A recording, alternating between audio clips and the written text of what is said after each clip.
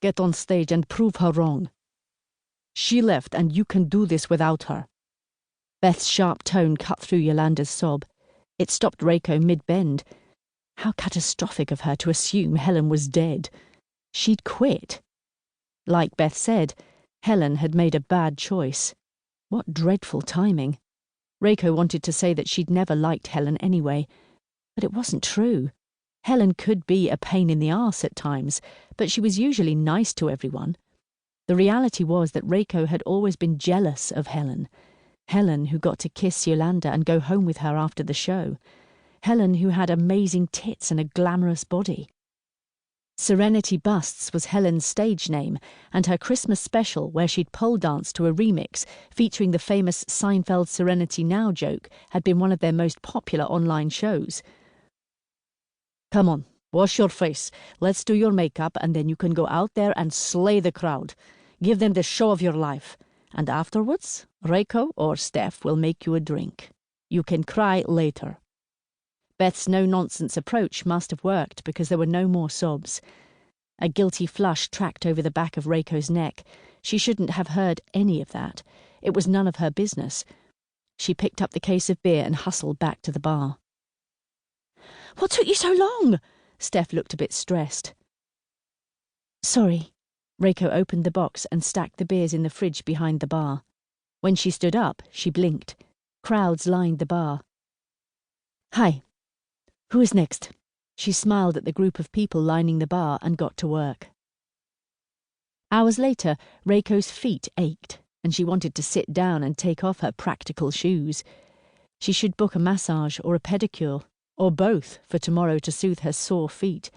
Standing all evening wasn't the best for her feet or her back. She heard the whisper of Mum's voice asking why she did it when she didn't have to, and she welcomed the slight ache in preference to her family's expectations for her life. "Well done, Reiko." Steph held up her palm, and Reiko gave her a half-hearted high five. "It's good to be busy." It really was, and her sore feet were a good reminder that Seraph's burlesque club might just survive. She needed this place as much as it needed her. This was her found family. Everyone made her feel welcome in a way that her family didn't, and she'd never really felt like she belonged in her other work either. She shook off the usual annoyance at her PhD supervisor.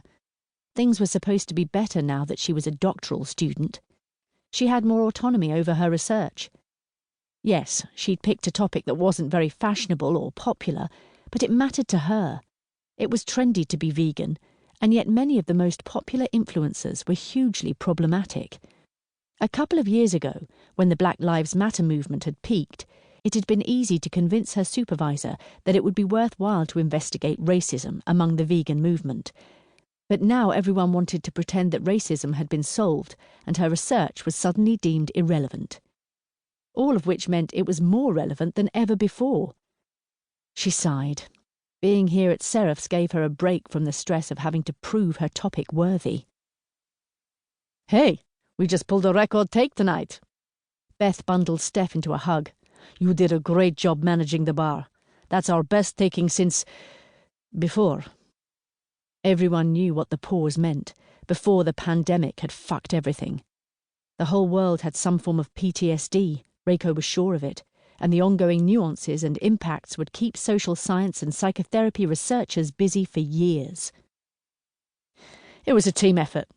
Poor Reiko must have done 1,000,000 trips to the storeroom tonight to keep the front bar stocked, and Jack's show really held the crowd together after Yolande's disaster."